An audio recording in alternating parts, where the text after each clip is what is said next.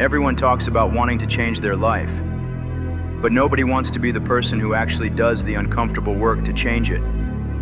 We save motivational videos. We buy courses we never finish.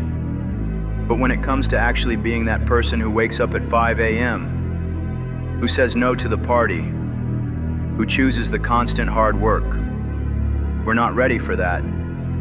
But here's the thing. You already know exactly what you need to do. The problem isn't information. The problem is you're not willing to be that guy who actually does it. You don't get the life you want by wanting it.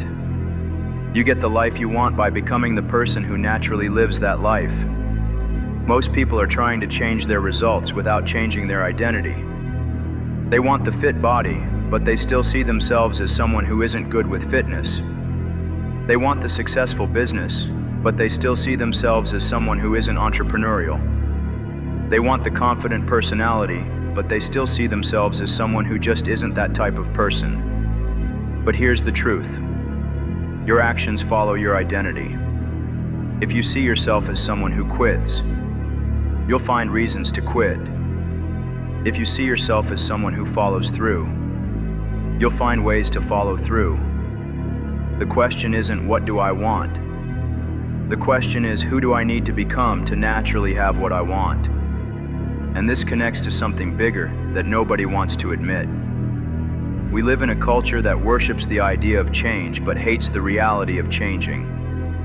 We love transformation stories, the before and after photos, the rags to riches documentaries, the I lost 100-pound posts.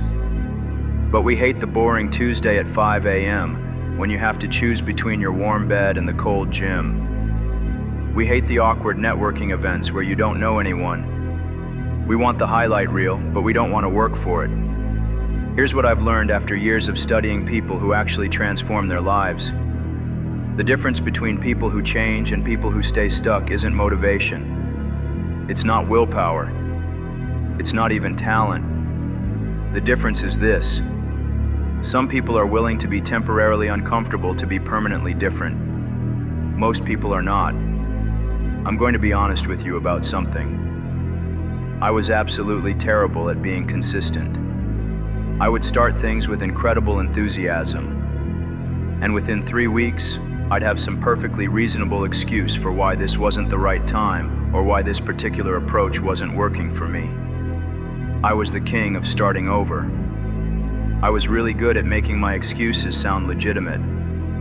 It wasn't that I was lazy. It was the timing just wasn't right. It wasn't that I lacked discipline. It was I just hadn't found the right system yet. It wasn't that I was avoiding discomfort. It was I was just being strategic. But here's what I finally realized. I was being scared. Scared of finding out what would happen if I actually gave something my full effort and it still didn't work. Because then I'd have to face the possibility that maybe I wasn't as capable as I thought I was. Which brings me to another uncomfortable truth. Your comfort zone isn't actually comfortable. It just feels familiar. Think about it. Are you comfortable being out of shape?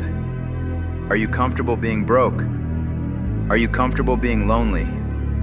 Are you comfortable feeling like you're not living up to your potential? No, you're not comfortable. You're familiar. And we mistake familiar for safe.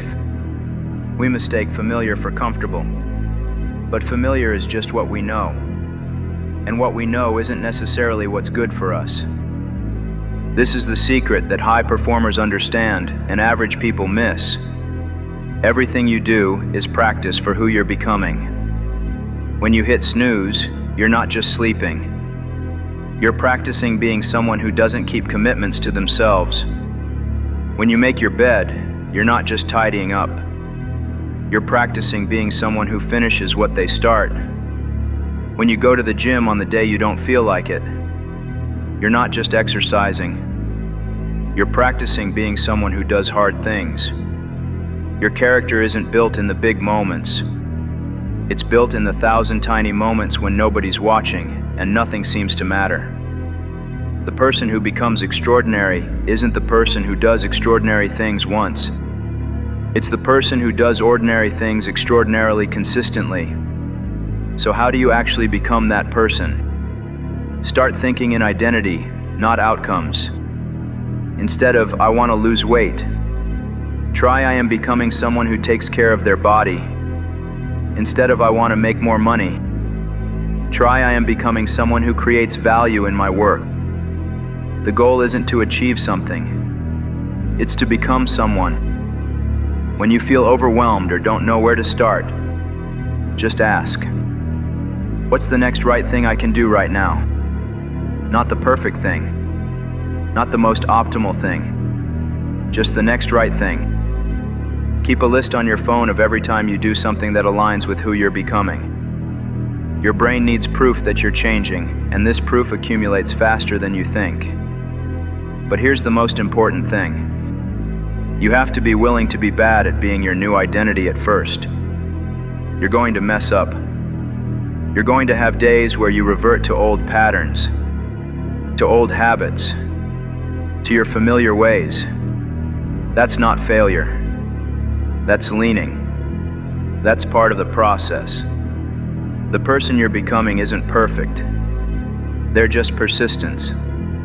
Most people think they need to achieve their goals to become the person they want to be. But it's the opposite.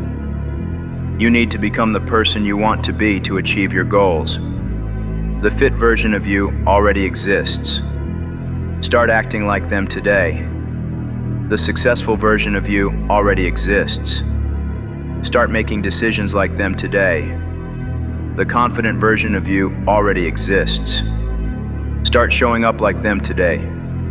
Now it's time for you to claim it. If you've watched this far, you're already different from most people. You don't quit, my kings. We'll see you at the top.